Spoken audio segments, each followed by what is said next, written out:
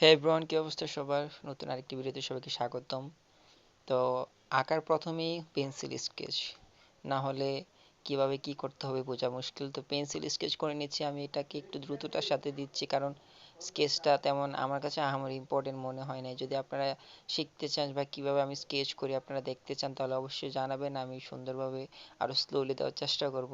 তো আর্টটা দেখি বুঝতে পারছেন আমি একটা গাড়ি ড্র করছি, বাট সম্পূর্ণ না, কিঞ্চিত পরিমাণ। তো এখানে দেখা যাচ্ছে যে আমি ফেভিকুইল ইউজ করছি। এখন ফেভিকুইল কেন ইউজ করছি, কারণ আমি হচ্ছে টেক্সচার অ্যাড করব। টেক্সচারে শুধু আমি গাড়িটার ভিতরেই আমি টেক্সচারটা করব। তো আমি আজকে টেক্সচার আর্টটা একটু ড্রাই রাখছি পেজটা, কারণ হচ্ছে যে আমি গাড়িটা 3D টাইপের করব। এই জন্য যদি আমি একদম বেশি পাতলা করি তাহলে এটাকে আমার অনেকক্ষণ ওয়েট করতে হতো, দেন 3D টাইপের আমি উপর নিচ দেওয়াটা একটু টাফ হয়ে যেত।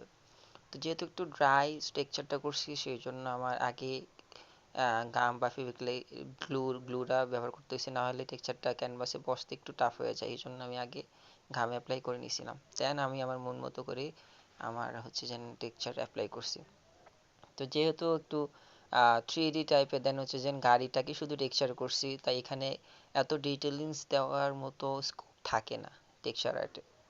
তা আমি গাড়িটা পুরনো মডেলের একটা গাড়ি আঁকছি আর সেটাকে নীল রাখার চেষ্টা করছি, আর যতটুকু পারি আমি পারছি আমি হচ্ছে যে ডিটেলস দেওয়ার চেষ্টা করছি। তো ব্যাকগ্রাউন্ড হিসাবে আমি এখানে ইয়েলোর দুইটা শেড অ্যান্ড গ্রিন অরেঞ্জের দুইটা একটা শেপের ভিতরে করছিলাম, যাতে একটু গোধূলির যেই শেষ বিকেলবেলা ওটা বোঝা যায়। তো এই তো, এটাই হচ্ছে যে আমার সম্পূর্ণ আর্ট। কেমন হয়েছে অবশ্যই জানাবেন, ভালো লাগলে অবশ্যই শেয়ার করবেন সবাই। আল্লাহ হাফেজ।